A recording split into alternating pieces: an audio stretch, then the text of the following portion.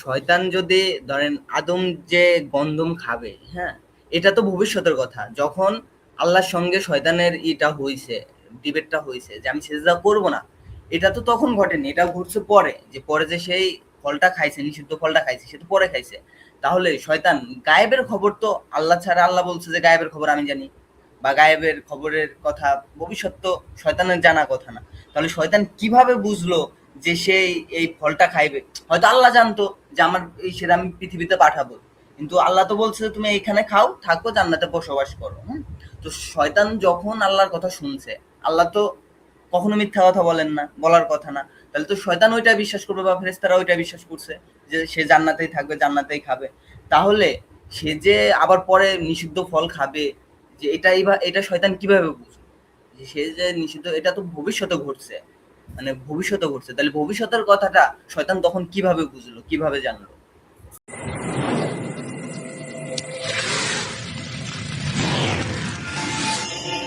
আসসালামু আলাইকুম।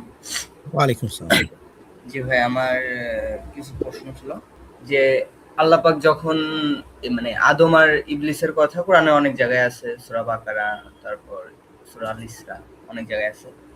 এখন যখন আল্লাহ আদমকে সৃষ্টি করলেন, তখন শয়তানকে ইবলিসকে বললেন সেজদা করতে, সে সেজদা করলো না, তাকে আল্লাহ মানে ওইখান থেকে বের করে দিল।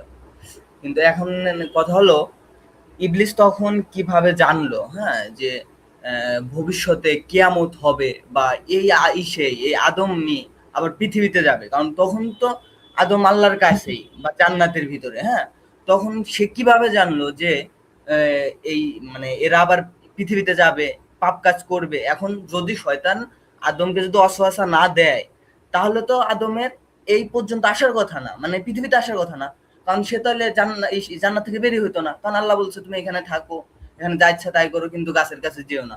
সে শয়তান ওয়াসওয়াসা পেয়ে গাছের কাছে গেছে, যার কারণে সে পৃথিবীতে আসছে, তাই না? এখন শয়তান কিভাবে জানলো যে মানে আদম এই কাজ মানে করবে? তার মানে শয়তান কি আগে থেকে জানতো?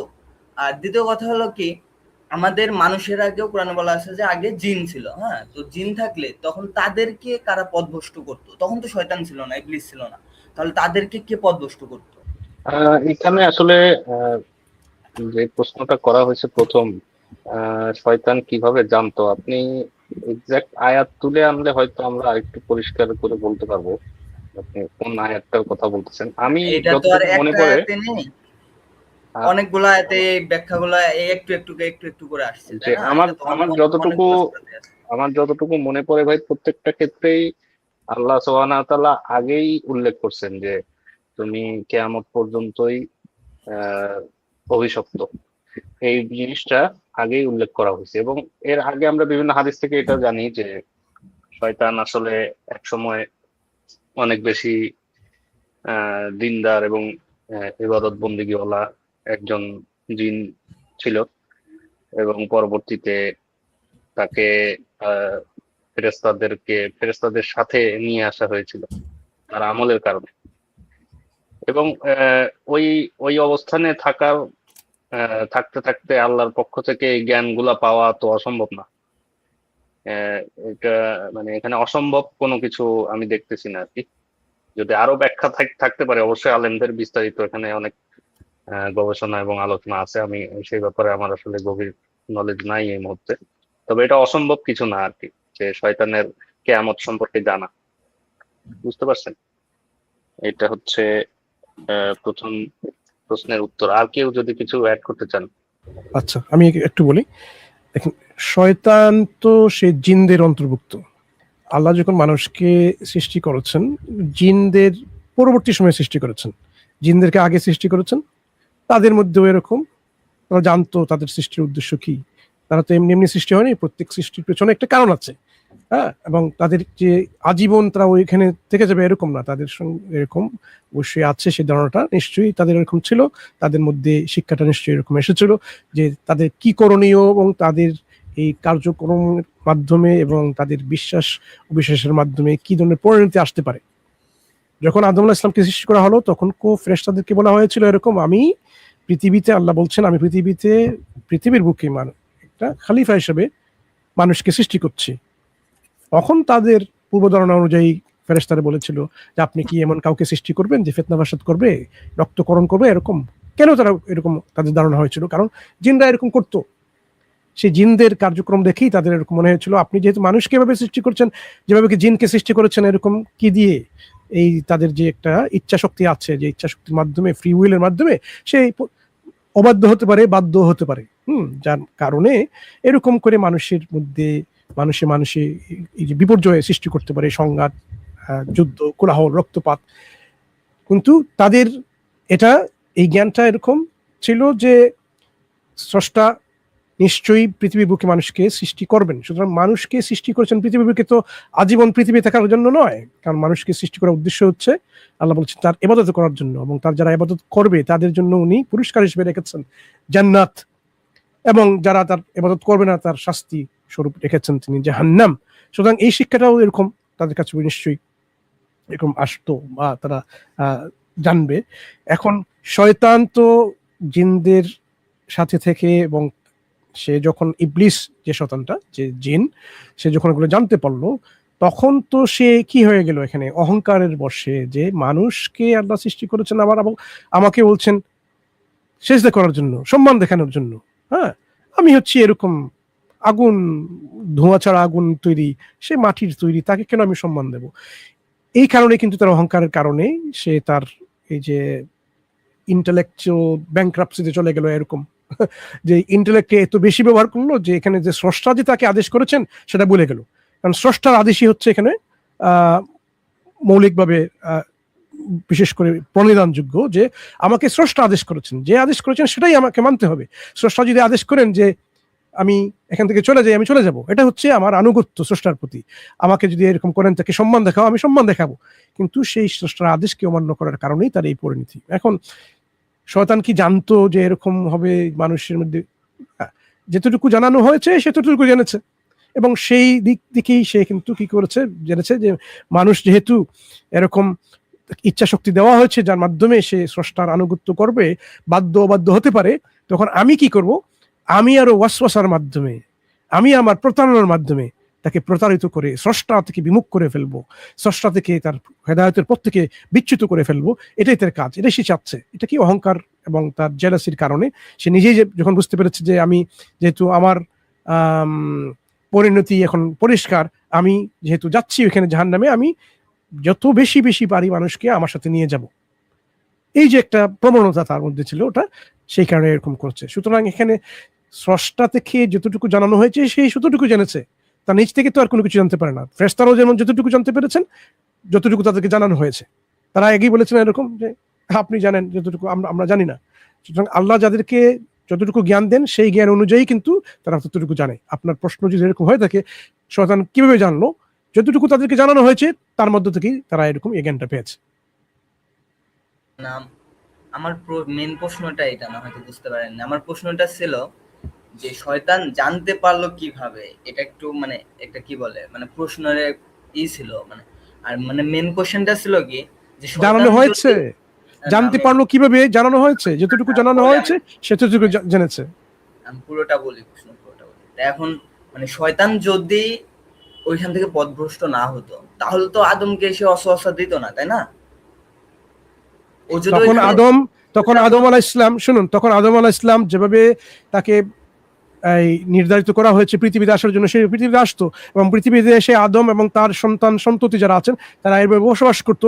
নিজের মধ্যে যে এরকম আছে ফাআলহামা ফুজুরহা ওয়া তাকওয়াহা, নিজের মধ্যে যে এরকম আছে ওয়াসওয়াসা, তার নিজের আত্মা ওয়াসওয়াসা দিতে পারে।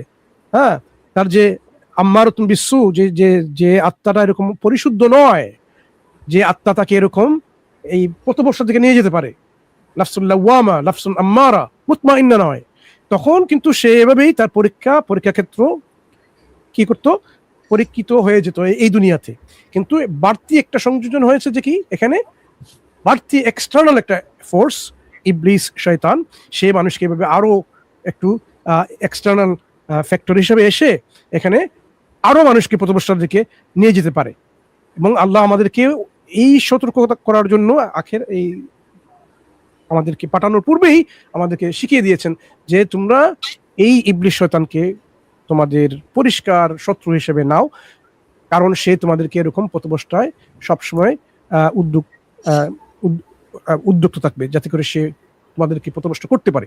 সুতরাং যদিও এরকম না হতো, ইবলিস যদি এরকম ইবলিস না হতো, মানুষ তো তার ইচ্ছা শক্তি দিয়েই আসতো এই পৃথিবীতে, ইচ্ছা স্বাধীনতা নিয়ে আসতো। তখন ইচ্ছা স্বাধীনতা থাকার কারণে কেউ স্রষ্টার বাধ্য হতো, কেউ স্রষ্টার অবাধ্য হতো। সুতরাং বাধ্য যারা যারা আনুগত্য করে, যারা অনুসরণ করে, যারা আল্লাহর ইবাদত করে, তাদের জন্য তো আল্লাহর পুরস্কার রয়েছে, এবং যারা আল্লাহর অবাধ্য হবে তাদের জন্য তো আল্লাহ জাহান্নামই তৈরি করেছেন। সুতরাং এখানেই সেই একই রকম হতো, এখানে অবাক হওয়ার মতো তেমন কিছু না। সুতরাং বাড়তি একটা সংযোজন, যেখানে ইবলিস শয়তান তার নাফরমানির কারণে মানুষের শত্রু হয়ে দাঁড়িয়েছে, এবং মানুষ যাতে তাকে শত্রু হিসেবে নেয় সেদিকে আল্লাহ আমাদেরকে বারবার তাগিদ দিয়েছেন যে শুধু আমাদের মধ্যে যে অন্তর্নিহিত যে একটা নাফস এর প্রকার আছে, যে নাফস আমাদেরকে এরকম আম্মারাতুম বিসসু, আমাদেরকে সবসময় মন্দ কাজ করার জন্য উদ্যুক্ত করে, আমরা যাতে এটাকে দমিয়ে রাখি, এবং একই সাথে শয়তান আছে, সে ওয়াসওয়াসা দিবে, তাকেও যেন আমরা শত্রু হিসেবে সবসময় মনে রাখি। আদুউম মুবিন। এইটা মানে আমার কথা ছিল যে ধরেন আইসে আদম আলাইহিস সালামের যে একটা পুত্র তার ভাইকে হত্যা করলো, ইকলিমার যে মানে কারণে কি ওনার নাম ভুলে গেছি আমি, হাবিল এন্ড কাবিল। হ্যাঁ, হাবিল এন্ড কাবিল। তো এখন তাকে তো শয়তানি উদ্বুদ্ধ করছে, তাই না? সে তো কিভাবে হত্যা মানে মানে হত্যা করা বা ইসে যে কবর দেওয়া, এটা সে যেহেতু প্রথম হত্যা করছে, তার কারণে পরবর্তীতে যত হত্যা পৃথিবীতে হবে তার একটা অংশ কাবিল পাবে। হ্যাঁ, সে কি এখন বলেছে শয়তান আমাকে উদ্বুদ্ধ করেছে? হ্যাঁ, কোথাও কি পাইছেন ভাই এটা কোরআন বা হাদিসে যে এই শয়তান তাকে উদ্বুদ্ধ করলো তার ভাইকে হত্যা করতে?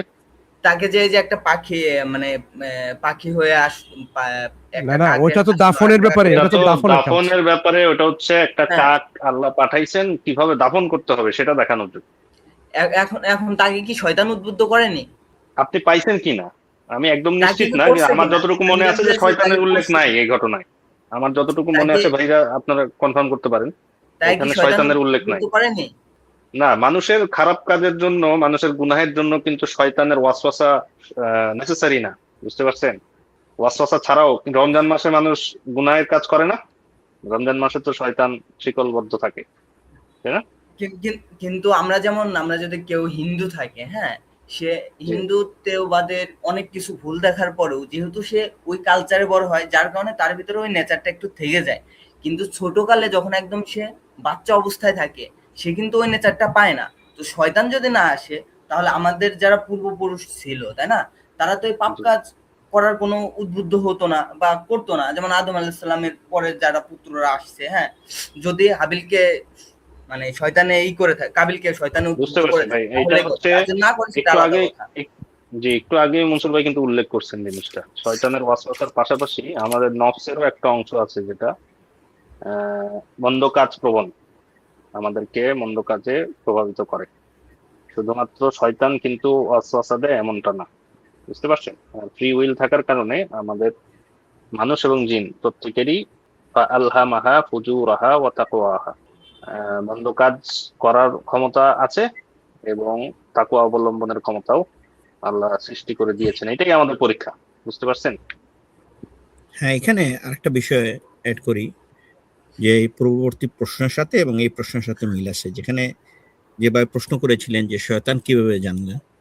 দেখেন কোরআনে শয়তান শয়তান নিজেই আল্লাহ তাআলা বলতেছেন যে শয়তানকে আল্লাহ তাআলা শয়তান বলতেছে আমি মিসলিড করব হিউম্যানকে।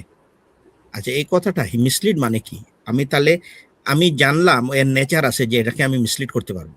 এখন শয়তান জানলো কেমনে যে ওই মানুষকে সে মিসলিড করতে পারবে? তার মানে হচ্ছে তাকে ওই নেচার সম্পর্কে জানা ছিল যে এই মানুষটাকে মিসলিড করা যাবে। এখন এরকম যদি একটা ক্রিয়েশন থাকতো, সে জানতো না, তাইলে তো সেটা বলতে পারতো না। তার মানে হচ্ছে যে এই নলেজটা এভিডেন্ট শয়তানের কাছে, যে না হিউম্যান নেচারটা কি। যেমন আমাদের নেচারটাকে সে কি করবে, সে আবার বলতেছে, সেটা এভাবে বলে নাই যে আমি মিসলিড করব সবাইকে, এক্সেপ্ট কিছু আছে যাদেরকে আমি মিসলিড করতে পারবো না। এরা হচ্ছে আল্লাহর সিনসিয়ার সার্ভেন্ট, মানে হচ্ছে যারা আল্লাহর কমান্ডটাকে প্রেফার করে শয়তানের কমান্ডটাকে ডিনাই করবে।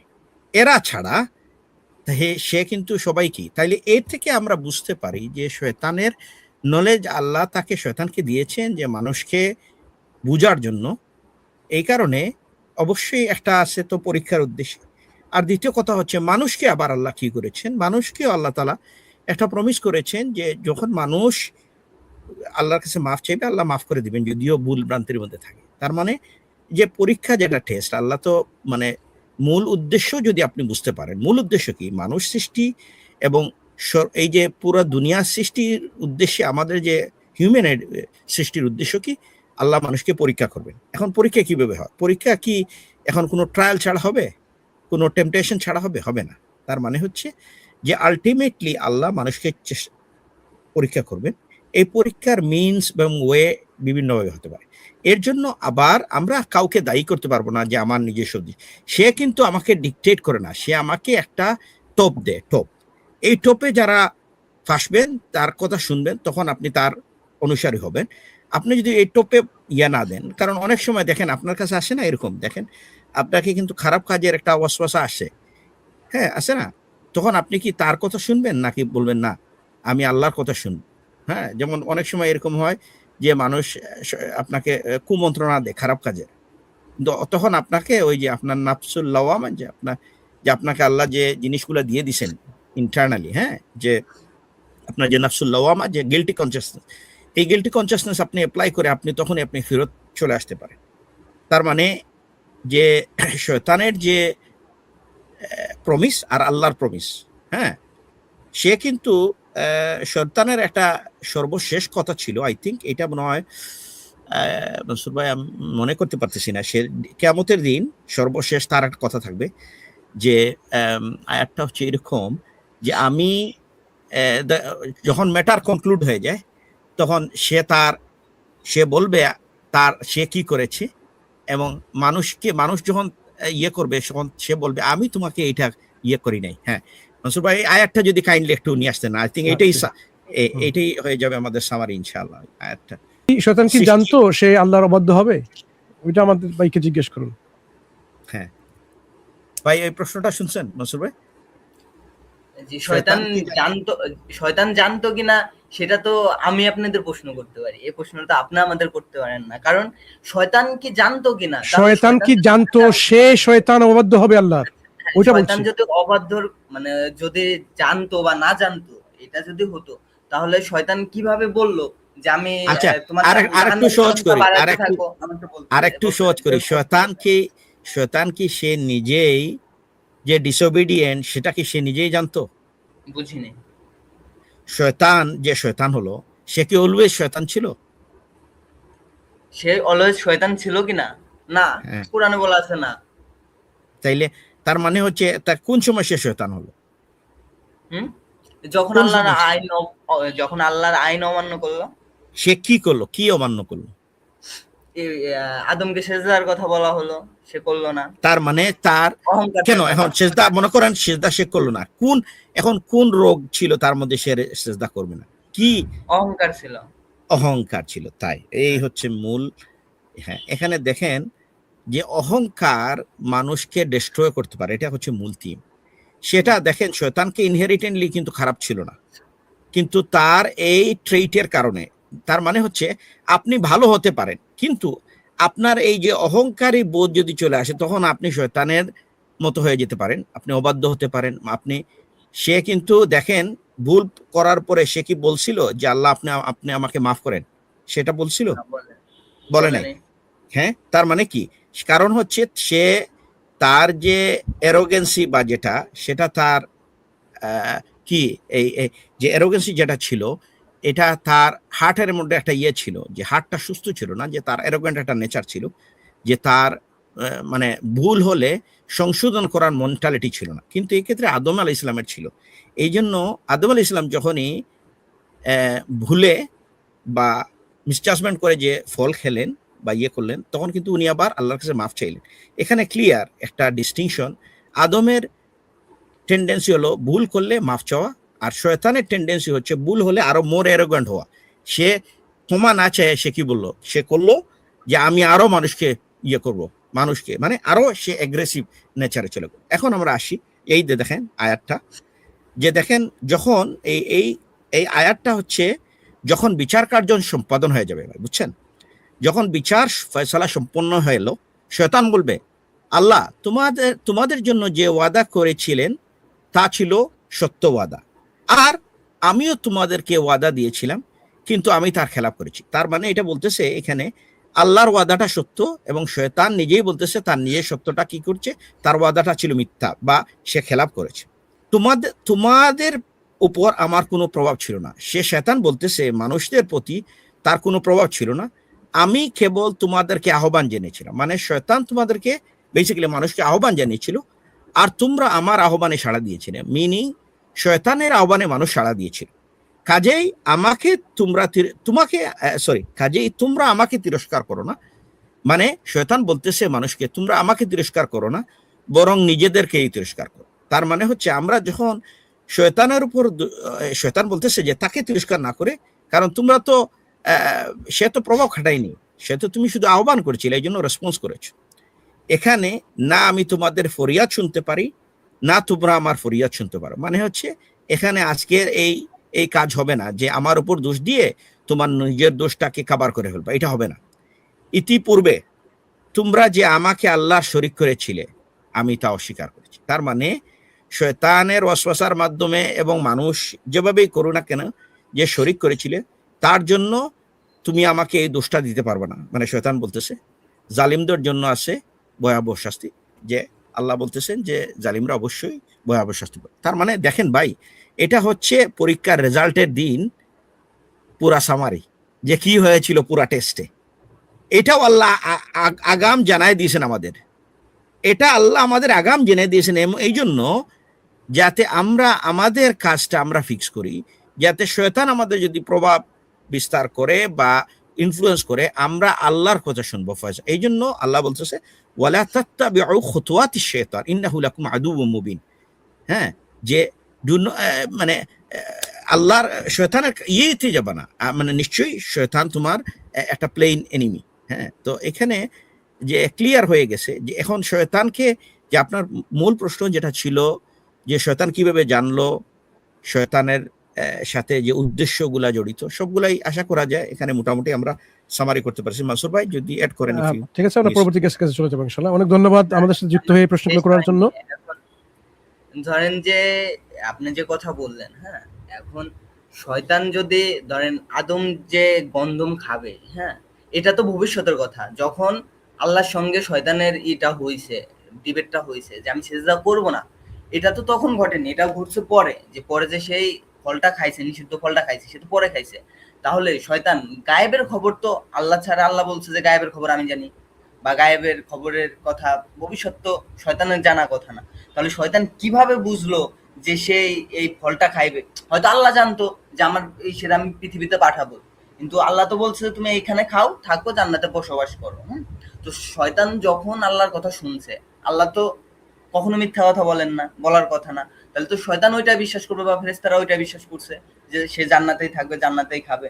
তাহলে সে যে আবার পরে নিষিদ্ধ ফল খাবে, যে এটা শয়তান কিভাবে বুঝবে যে সে যে নিষিদ্ধ, এটা তো ভবিষ্যতে ঘটছে, তাহলে ভবিষ্যতের কথাটা শয়তান তখন কিভাবে বুঝলো, কিভাবে জানলো? আমি তো প্রথমে আপনাকে বললাম ভাই, আল্লাহ প্রথমে বলেছেন যে আল্লাহ বলেছেন ইন্নী জাইলুম ফিল আরদি খলিফা, আমি পৃথিবীর বুকে জমিনে খলিফা হিসেবে মানুষকে সৃষ্টি করছি। সুতরাং মানুষ যে জান্নাত থেকে যে পৃথিবীতে আসবে এটা কি সবাই জেনেছে? সবাই জেনেছে, ইবলিসও জেনেছে। সুতরাং এটাই হচ্ছে তাদের আলটিমেটলি এই জান্নাত, সেটা জান্নাতুল খুলদ হোক বা অন্য ধরনের জান্নাত হোক, সেই জান্নাত থেকে সে পৃথিবীতে আসবে, এটাই হচ্ছে মেইন কারণে তাকে সৃষ্টি করা হয়েছে। ইন্নী জাইলুম ফিল আরদি খলিফা। সুতরাং পৃথিবীতে যে মানুষ আসবে সেটা শয়তানও শুনেছে, জেনেছে। এখন আল্লাহ যখন বলেছেন যে আদম আলাইহিস সালামকে যাও এই জান্নাত যেখানে আছে সব জায়গাতে যেতে পারো, সবকিছু খেতে পারো, কিন্তু লা তাকরাবা হাদিহি শাজারা ফাতাকুনা মিনাজ জালিমিন, তোমরা ওই গাছের বৃক্ষের দিকে যাবে না।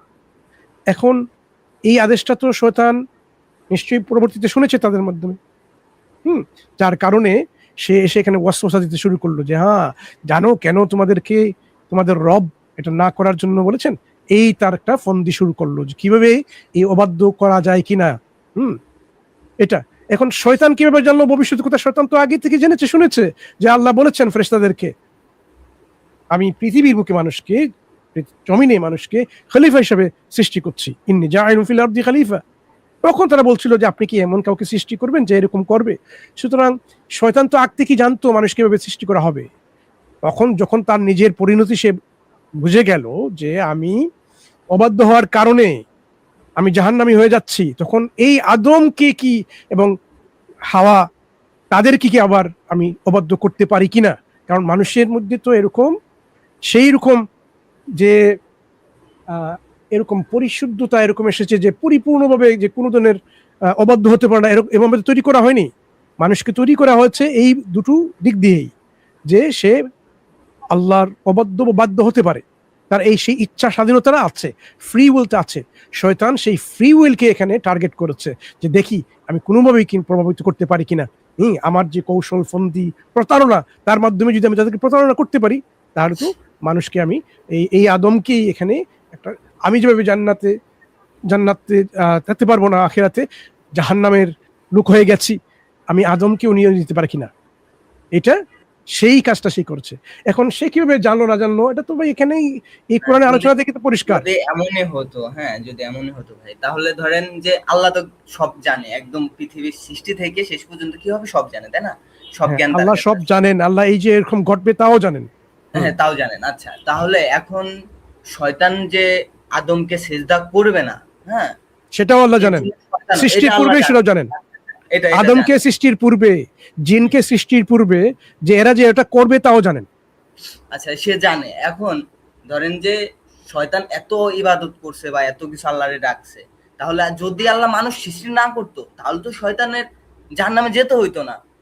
যদি আল্লাহ আপনি কি হাইপোথেটিক্যাল নিয়ে গেলেন ভাই? যা দেখেন এগুলো হচ্ছে হাইপোথেটিক্যাল, এটা হচ্ছে আপনাদের সমস্যা। যা হবার নয় সেটা এরকম যদি হতো, ওই যে হাইপোথেটিক্যালি, হ্যাঁ আমি যদি মানুষ না হয়ে ড্রাগন হতাম, শুনুন, আমি যদি মানুষ না হয়ে পাখি হতাম, তাহলে কি আমি এরকম কাজটা করতে পারতাম? এই ধরনের হাইপোথেটিক্যাল নিয়ে আমাদের এখানে আলোচনার সময় নেই ভাই। যেটা হয়ে গেছে সেটা নিয়ে আমরা আলোচনা করতে পারি। যেটা হয়ে গেছে সেটা নিয়ে আপনি চিন্তা করুন। আপনি একটা জাহাজে আছেন, তার নাম হলো আটলান্টিক, শুনেছেন? আটলান্টিক বড় ধরনের একটা জাহাজ ছিল, ওই আটলান্টিকটা এখন ডুবে যাচ্ছে। এখন আপনি যদি করেন কেন আমাকে আমার বন্ধুরা আটলান্টিকে টিকিট দিয়ে আমাকে এখানে হানিমুনে পাঠিয়েছে, এই চিন্তা করলে আপনার তো কোনো লাভ হবে না। কারণ এই মুহূর্তে আপনি আটলান্টিকে আছেন, শুনুন, এই মুহূর্তে আপনি আটলান্টিকে আছেন এবং আটলান্টিকটা ডুবে যাচ্ছে। আপনার উচিত হবে যে আমি কিভাবে এই ডুবা থেকে আমি নিজেকে বাঁচাতে পারি।